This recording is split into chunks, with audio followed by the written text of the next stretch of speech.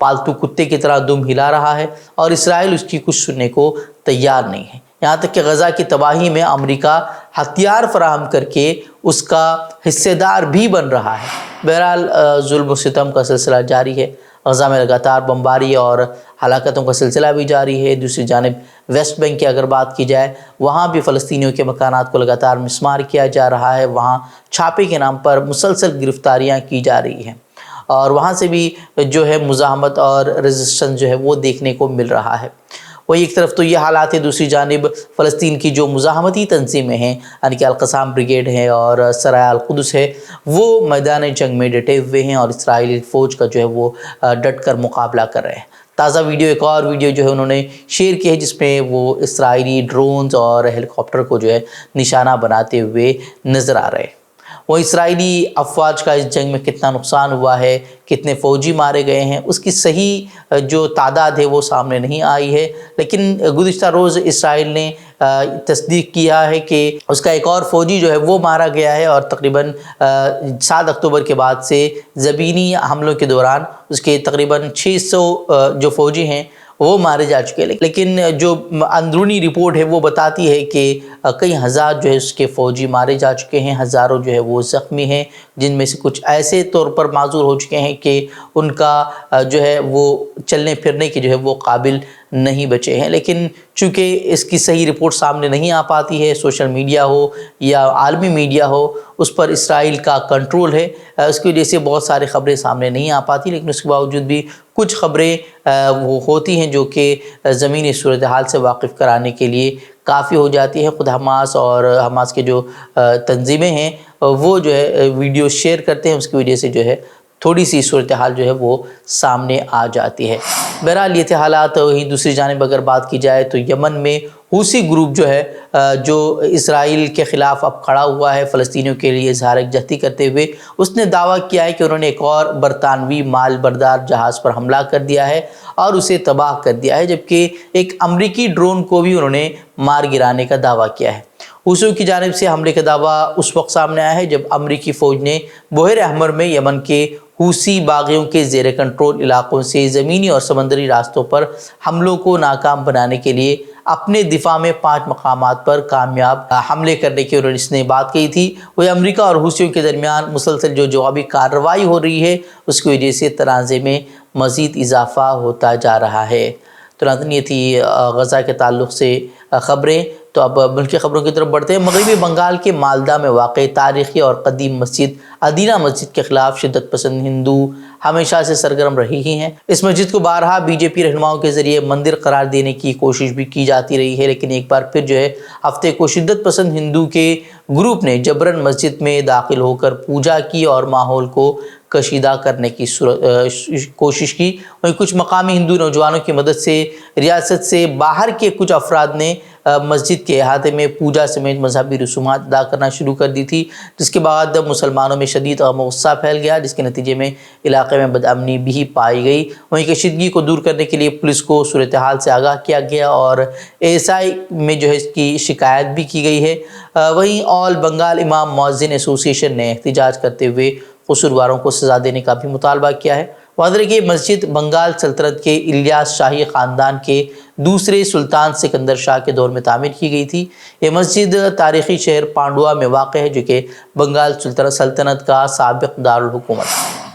حکومت اور کسانوں کے درمیان چوتھے دور کی بات چیت کے بعد حکومت نے 5 فصلوں کے لیے 5 سال کے لیے MSP پر گارنٹی دینے کی تجویز پیش کی تھی، جسے اب کسانوں نے ٹھکرا دیا ہے۔ کسانوں کی جانب سے کہا گیا ہے کہ وہ اب 21 فروری کو دہلی چلو مارچ کریں گے۔ حکومت نے اپنے تجویز میں کہا تھا کہ حکومت 5 سال تک مکئی، تور اور ارہر، ارد اور کپاس کی فصلوں کو MSP پر خریدے گی۔ قبل ازیں 2020-21 کی کسانداری کی قیادت کرنے والے سنیکت کسان مورچہ نے پیر کو حکومت کی تجویز کو مسترد کرتے ہوئے کہا کہ اس کے ذریعے کسانوں کے MSP کے مطالبے کو کمزور کرنے کی کوشش کی گئی ہے اور سوامی ناتھن کمیشن کی رپورٹ میں تجویز کردہ MSP کے لیے C2+ 50+ فارمولے سے کم کچھ بھی قبول وہ نہیں کریں گے۔ سبھی تتھیوں کے حساب سے ہم دونوں فورموں نے آج بیٹھ کر چرچا کرنے کے بعد یہ فیصلہ لیا ہے کہ یہ جو پرپوزل آئی ہے یہ پرپوزل کسانوں کے پکش کی نہیں ہے، کسانوں کے ہت کی نہیں ہے، اور اس کے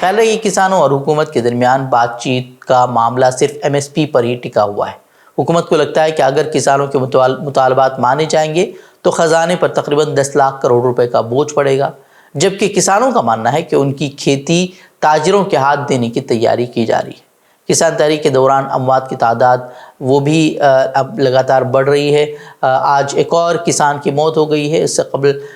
کسان تحریک میں پہلی موت شمبھو بارڈر پر ہوئی تھی، جبکہ دوسری موت کھنوری بارڈر پر دیکھنے کو ملی تھی۔ اب ایک اور کسان کی جو ہے وہ موت واقع ہوئی ہے۔ اور چندی گڑھ میئر الیکشن میں دھاندلی اور 8 ووٹوں پر ایکس کا نشان لگا کر انہیں خراب کرنے کے معاملے پر سماعت کرتے ہوئے سپریم کورٹ نے پیر کو خاطی افسر انل مسیح کی سرزنش کی تھی اور اراکین کی خرید و فروخت کا اندیشہ ظاہر کرتے ہوئے دوبارہ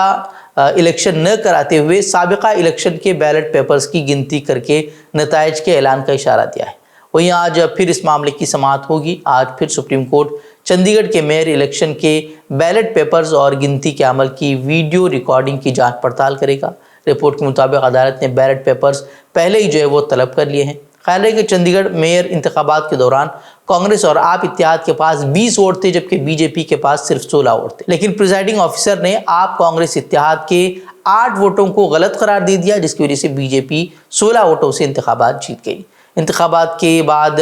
ایک ویڈیو بھی وائرل ہو گئی تھی جس میں بی جے پی کے اقلیتی سیل کے رکن انل مسیح کو عام آدمی پارٹی کے کونسلروں کے ذریعے ڈالے گئے بیلٹ پیپر پر نشان لگاتے ہوئے دیکھا گیا تھا، اور کل انہوں نے عدالت میں بیلٹ پیپر پر کراس مارک لگانے کا اعتراف بھی کر لیا تھا، جس پر عدالت نے سخت ناراضگی کا اظہار کرتے ہوئے ان کے خلاف مقدمہ چلانے کی بھی بات کہی تھی۔ لوک سبھا انتخابات سے قبل مغربی بنگال میں درج فہرست ذات، درج فہرست قبائل اور اقلیتوں کے آدھار کارڈ غیر فعال کیے جانے کی خبروں نے ممتا بنرجی کو شدید ناراض کر دیا ہے۔ انہوں نے اسے مرکزی حکومت کی جانب سے NRC لانے کی سازش قرار دیا۔ انہوں نے مرکزی حکومت پر الزام عائد کیا کہ قومی شہری رجسٹر یعنی کہ NRC لانے سے پہلے ایسا سازش کے تحت کیا جا رہا ہے، لیکن انہوں نے کہا کہ وہ ایسا نہیں ہونے دیں گی۔ ممتا بنرجی نے لوگوں کو بھروسہ دلایا کہ وہ بنگال کو آدھار کارڈ کا نیا متبادل پیش کریں گے۔ انہوں نے یہ بھی وعدہ کیا کہ ہم اپنا خون دینے کے لیے تیار ہیں، لیکن مغربی بنگال میں NRC کسی بھی حال میں نافذ نہیں ہونے دیں گے۔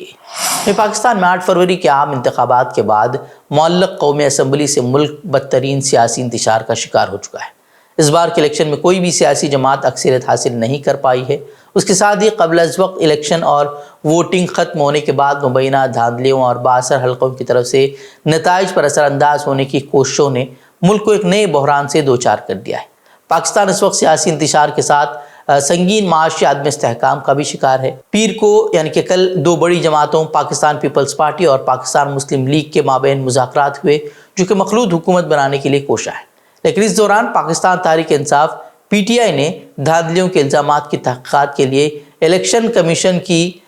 کمیٹی پر عدم اطمینان کا اظہار کرتے ہوئے عدالت کی کمیشن کی تشکیل کا مطالبہ کیا ہے۔ بتا دیں کہ ووٹوں کی گنتی کے دن PTI کے یعنی کہ عمران خان کے جو امیدوار ہیں، اس کی پارٹی کے جو امیدوار ہیں، وہ بڑی تعداد میں کامیاب ہوتے ہوئے نظر آ رہے تھے، لیکن اسی دوران ووٹوں کی گنتی روک دی گئی، اور جب دوسرے روز گنتی شروع ہوئی تو وہی جیتے ہوئے امیدوار ہار گئے۔ نواز شریف پارٹی کے امیدواروں کو جیت حاصل ہو گئی، اور تب سے ہی پارٹی PTI جو ہے وہ الزام عائد کر رہی تھی کہ انتخابات میں دھاندلی ہوئی ہے، لیکن ان کے دعووں کو اس وقت تقویت ملی جب اس کی تائید راولپنڈی کے کمشنر نے خود کر دی اور خود کہا کہ انہوں نے خود اس میں اس طرح کا کام کیا ہے کہ جس سے کہ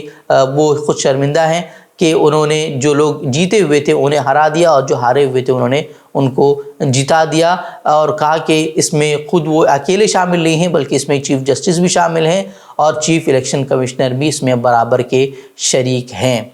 جب یہ خبر سامنے آنے کے بعد اب جو ہے PTI نے احتجاج کا پھر سے اعلان کر دیا ہے، اور وہ دوبارہ جو ہے انہوں نے مطالبہ کیا ہے عدالتی کمیشن جو ہے اس کی تحقیقات کرے۔ دہلی تشدد کے دوران دوہرے قتل کے معاملے کی سماعت کرتے ہوئے عدالت نے ثبوتوں کے عدم دستیابی اور گواہوں کے اپنے بیان سے منحرف ہو جانے کے بعد 4 ملزموں کو بری کر دیا ہے۔ عدالت نے کہا کہ اس بات کا کوئی ثبوت نہیں ہے کہ ملزمان فسادی ہجوم کا حصہ تھے۔ ایڈیشنل سیشن جج نے 25 فروری 2020 کو فرقہ وارانہ فسادات کے دوران دہلی کے برج پوری میں اشفاق حسین اور ذاکر کے قتل کے ملزمان اشوک، اجے، شبھم اور جتیندر کمار کے خلاف درج 2 مقدمات کی سماعت کی۔ عدالت نے کہا کہ انہیں اس کا کوئی ثبوت نہیں مل سکا کہ وہ اس وقت وہاں موجود تھے۔ ویسے جو لوگ قاتل ہیں وہ چھوٹ رہے ہیں، اور جنہوں نے آئین کے دائرے میں رہتے ہوئے احتجاج کی بات کہی انہیں 4 سال بعد بھی ضمانت نہیں مل پا رہی۔ عمر خالد ہو، شرجیل امام ہو، ابھی تک وہ جیل میں ہیں، جبکہ بی جے پی کے رہنما جن پر فسادات بھڑکانے کا الزام ہے، جن کی ویڈیو صاف طور پر وائرل ہوئی تھی کہ وہ کس طریقے سے شرانگیز بیان دے رہے تھے، آج انہیں بڑے بڑے عہدے دیے گئے ہیں اور وہ بڑے بڑے عہدوں پر فائز ہیں، لیکن جو لوگ آئین کے دائرے میں رہتے ہوئے احتجاج کی بات کر رہے تھے وہ انہیں ضمانت تک نہیں مل پا رہی۔ تو ناظرین، یہ تھی خبریں۔ مزید خبروں کے لیے آپ ہمارے ویب سائٹ www.fikrokhbar.com کی طرف رخ کر سکتے ہیں۔ ویڈیوز کے لیے ہمارے یوٹیوب چینل کو سبسکرائب کریں۔ تو ناظرین، اجازت دیں، السلام علیکم ورحمۃ اللہ وبرکاتہ۔